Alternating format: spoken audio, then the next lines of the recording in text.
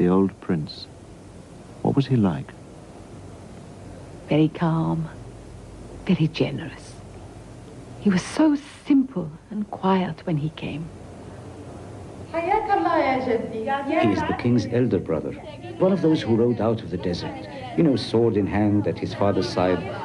But also, and this is the irony of ironies, he was one of the original Arab playboys.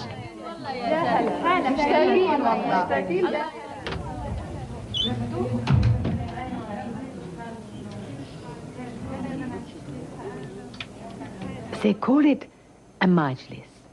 That's Arabic. The head of the family, with all the women folk around. Very formal, very polite. كيفك؟ صار لي شهر بالتمام ما سمعت.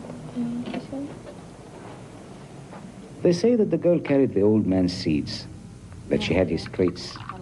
She was very much like her grandfather, also very fiery-tempered, a bit wild.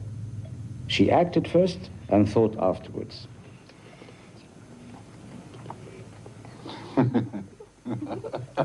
It was just little bits of gossip, but if you looked into his eyes, how satisfied and happy he was with all his family around him. His behavior and quietness was almost holy.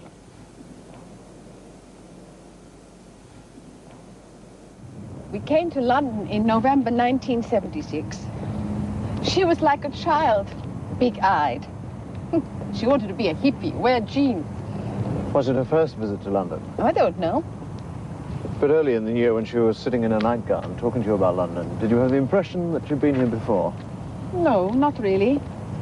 The old prince was living in the Woutons, and the princess and I asked if we could stay at the Park Towers, and he said okay. At night, we used to creep out of the hotel, down the back stairs and have fun. Did you meet the boy here? She had a lover. I don't know who he was. I never saw those two together. She used to wear this thing around her neck, black worry beads with a gold locket in the middle.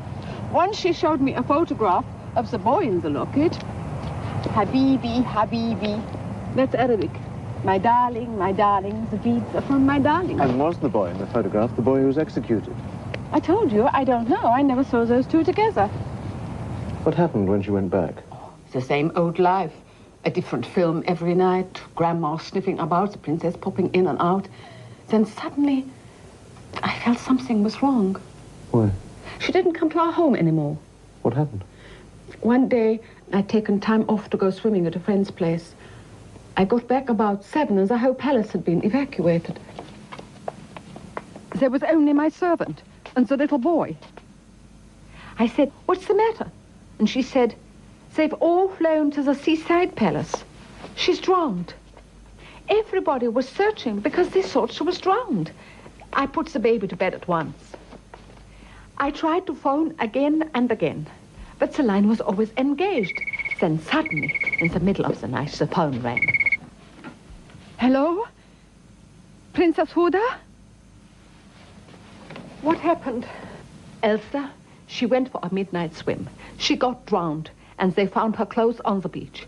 The police and everyone is out on the water. The beach? What was she doing? That's what I tried to find out, but the line was always engaged.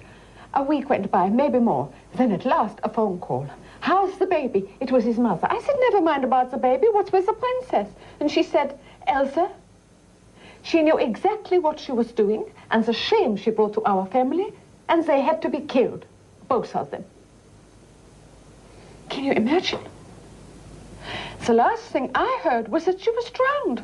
I said, what do you mean? And she said, Elsa, this is our law, and this is our country's habit. And if she had thought properly about it, she wouldn't have done it. And there was no choice. And I said, what happened? What did they do to her? And she said, they hurt her until she died.